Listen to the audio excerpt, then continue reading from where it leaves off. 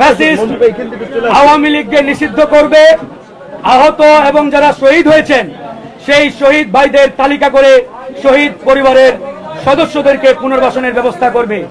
যারা ইতিমধ্যে আহত হয়ে হাসপাতালে বেডে কাতরাচ্ছেন তাদের সুচিকিৎসার বন্দোবস্ত করবে এবং তাদেরকে যথাযথ পুনর্বাসনের মাধ্যমে তাদেরকে একটি সুস্থ জীবনের নিশ্চয়তা প্রদান করবে।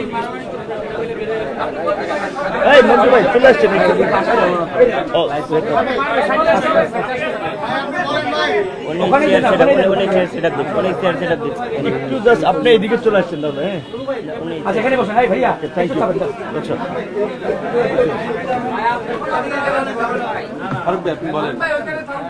সেই জায়গা থেকে এই গণঅভ্যুত্থানের 7 মাস পেরিয়ে গেলেও আমরা এই অন্তর্বর্তীকালীন সরকারের কাছ থেকে গণহত্যার বিচার এবং আওয়ামী লীগের প্রশ্নে এখন পর্যন্ত যথাযথ জনগণের কাঙ্ক্ষিত কোনো সিদ্ধান্ত আমরা পাই নাই। এই জায়গায় আমরা দেখতে পাচ্ছি এই অন্তর্বর্তীকালীন সরকার প্রত্যক্ষ এবং পরোক্ষভাবে একটি রাজনৈতিক দল গঠনের পিছনে ভূমিকা রেখে যাচ্ছে। জনগণের কাঙ্ক্ষিত যে প্রত্যাশা গণহত্যার বিচার এবং আওয়ামী লীগ নিষিদ্ধের বিষয়ে চূড়ান্ত সমাধান কিংবা মীমাংসার দিকে না গিয়ে সেই বিষয়টি ইতিমধ্যে আপনাদের গোচরে আসছে এবং আপনাদের সামনে সোশ্যাল মিডিয়া এবং গণমাধ্যমেও সে বিষয়টি ইতিমধ্যে এসেছে। আরেকটি বিষয় ইতিমধ্যে দেখেছেন, এই সরকারের যে সকল উপদেষ্টা দায়িত্বে রয়েছেন এই উপদেষ্টারা প্রকাশ্যে একটি নির্দিষ্ট রাজনৈতিক দলকে তারা সরাসরি অভিনন্দন জানাচ্ছে এবং তাদেরকে নানাভাবে সহযোগিতার মাধ্যমে তাদের যে নিরপেক্ষ স্থান বা জায়গা সেই জায়গাটি তারা ইতিমধ্যে হারিয়েছেন। সেই জায়গা থেকে আমরা বলতে চাই, গণ অধিকার পরিষদ এই অন্তর্বর্তীকালীন সরকারের কাছে সেই বিগত 7 মাস আগে যে যৌক্তিক দাবিগুলো উপস্থাপন করেছিল সেই দাবিগুলো আমরা এখনো বাস্তবায়নের আলো দেখতে পাই নাই। সেই বাস্তবায়নের আলো না দেখাতে গণ অধিকার পরিষদ অনেকটাই হতাশ হয়েছে এবং সেই জায়গা থেকে আমরা বলছি যে অন্তর্বর্তীকালীন সরকারের কাছে জনগণের যে প্রত্যাশা, যে আকাঙ্ক্ষা, এই আকাঙ্ক্ষা তারা আদৌ বাস্তবায়ন করতে পারবে কিনা তা নিয়ে ইতিমধ্যে জনমনে সংশয় এবং সন্দেহের উদ্রেক হয়েছে। সেই সংশয় এবং উদ্রেকের জায়গা থেকে আমরা এই অন্তর্বর্তীকালীন সরকারের কাছে আজকে সুলিখিত বেশ কিছু প্রস্তাবনা উত্থাপন করব।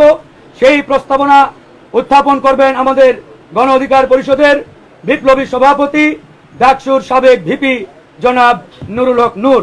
একই সাথে তিনি চলমান রাজনীতি এবং সামগ্রিক প্রস্তুতি নিয়ে বক্তব্য রাখবেন। আমি এ পর্যায়ে বক্তব্য রাখার জন্য আহ্বান জানাচ্ছি গণ অধিকার পরিষদের সভাপতি জনাব নুরুল হক নূরকে।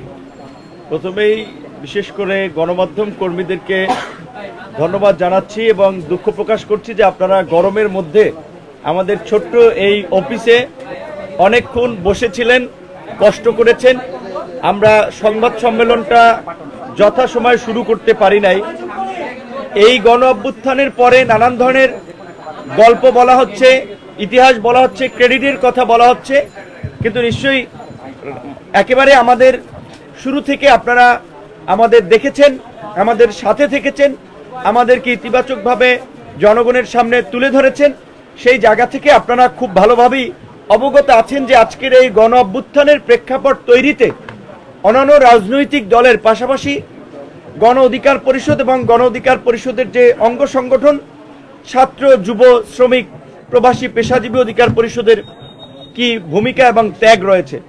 আমাদের এখানকার বামে ডানে নেতৃবৃন্দ, এখানের এই অল্প জায়গায় যারা উপস্থিত আছে তারা সহ সারা বাংলাদেশের যারাই আছে ছাত্র, যুব, শ্রমিক অধিকার পরিষদের নেতৃবৃন্দ, তারা গত এই 7-8 বছর ধরে 2018 সালের কোটা সংস্কার আন্দোলন থেকে যখন আমরা রাষ্ট্র সংস্কারের জন্য তারুণ্যের নতুন